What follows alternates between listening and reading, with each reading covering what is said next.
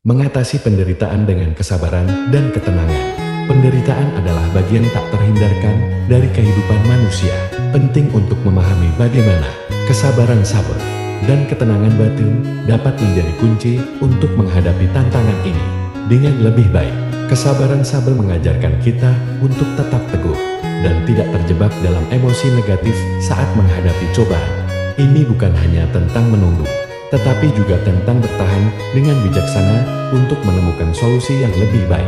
Kesabaran memungkinkan kita untuk memperlambat reaksi impulsif dan melihat situasi dari berbagai sudut pandang sebelum mengambil tindakan.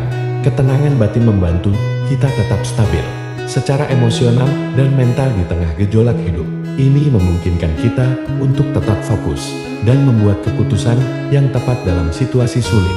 Ketenangan batin bukanlah tentang mengabaikan atau menyangkal penderitaan, tetapi tentang menerima dan mengelolanya dengan sikap yang tenang dan penuh kesadaran. Praktik kesabaran dan ketenangan batin dapat diintegrasikan dalam kehidupan sehari-hari untuk meningkatkan kualitas hidup dan kesejahteraan emosional. 1. Meditasi dan refleksi. Meluangkan waktu untuk meditasi membantu menenangkan pikiran dan meningkatkan kesadaran diri. Ini memungkinkan kita untuk mengembangkan ketenangan batin dan mempersiapkan diri menghadapi tantangan. 2. Olahraga dan kegiatan fisik. Aktivitas fisik ringan seperti yoga atau jalan kaki tidak hanya meningkatkan kesehatan fisik tetapi juga membantu mengelola stres dan meredakan ketegangan emosional. 3. Pembelajaran dari pengalaman. Menggunakan penderitaan sebagai pelajaran untuk pertumbuhan pribadi.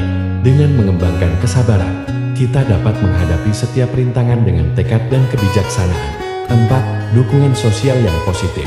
Menjalin hubungan yang mendukung dengan keluarga dan teman-teman dapat memberikan dukungan emosional yang penting dalam mengatasi penderitaan.